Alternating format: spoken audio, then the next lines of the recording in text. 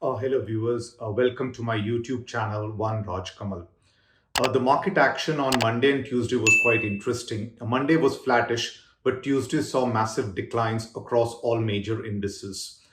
S&P 500, NASDAQ and Dow Jones all saw big declines. See this chart of S&P 500. S&P 500 went down 2% on Tuesday. And as you can see on this chart, except for the first 15 minutes when there is a bullish candle, the candles kept going down throughout the day. So continued decline and selling pressure. Similarly, see this another chart, which is NASDAQ for Tuesday. And again, you can see continued selling and decline throughout the day. NASDAQ actually saw a bigger decline of close to 3% on Tuesday. What happened in individual stocks? And you can see on this heat map of stocks that all well-known names in the tech world went down. Amazon is down 5.14% only on Tuesday, 5.14% on Tuesday. Google went down 3.47%, Microsoft 3.17%, Apple 2.98%, Meta 5.2%. Healthcare is down, as you can see in this chart. Financials are down, including Visa and Mastercard. Except for the energy sector, everything else is in red and some pretty big numbers. So quite a big pullback, and this is after a very strong rally last week. And this is typical of bear markets where you will see very ferocious rallies followed by sharp pullbacks, and this is one evidence of that. This volatility will continue in the market in the coming months. What happened in the crypto markets? Well, they continue to be in a state of turmoil.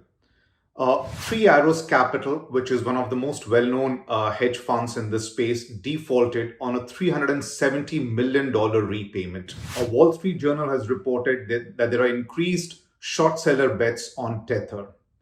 BlockFi, a very well-known and important pillar of the crypto sector, got a revolving line of $250 million from FTX, which is also looking to potentially get a stake in the company, and this is again to shore up and potentially save an institution which is critical to the crypto markets.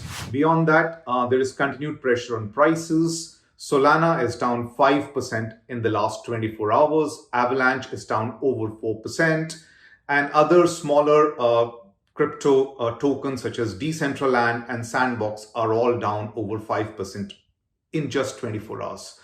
So turmoil and declining prices in the crypto markets as well. What could have triggered this? Well, I think there is continued negative consumer sentiment, and this was echoed by Conference Board's Consumer Confidence Index, which came out much below expectations. The number dropped to 98.7 in the June readings. And this was driven by decline both in present conditions as well as expectations. In fact, expectations came at 66.4, which is the lowest level since March 2013. And if you were to read, within the report, you will see that the primary factor why expectations are so low is because the consumer's expectation of a one-year inflation number keeps increasing, and it is now at 8% for the next 12 months. This decline in consumer confidence is not just in the US. As you can see in this chart, consumer confidence in Europe is also at its lowest level in the last 7 to 8 years. And again, Europe is witnessing record-breaking inflation. The average inflation for the European zone is north of 4.5%. In Britain, it's probably north of 9%. That's at least what the numbers show. This is obviously, what will be talked about as the trigger and the driver of why the markets saw the pullback on Tuesday. However, it is important to also note that this information is known. Consumer confidence is weak is known. It is also known that the US is a consumer-driven economy, and if consumers are going to feel negative and bearish, it will have an overall impact in terms of their buying, and overall that would lead to a decline in economic conditions. These are all known factors. So why does the market react so aggressively? Why should a market, the entire market go down by 2%, NASDAQ go down by 3%, some of the big stock names go down 5%, when a consumer confidence reading comes, which by the way, one should be expecting. And if inflation expectations which consumers have come high, because that should be expected. So that is, always an important question to ponder on, whether, this is a driver or these are all concurrent factors and there are some other things also at play. And I will show you some technicals today. See this chart, which is S&P 500 for the last 1 year, and see the bottom right of this chart where, there's a circle which has been drawn and there is a line. You will see that this line is indicating that there was, a low of the previous sell-off, which was around 3,900.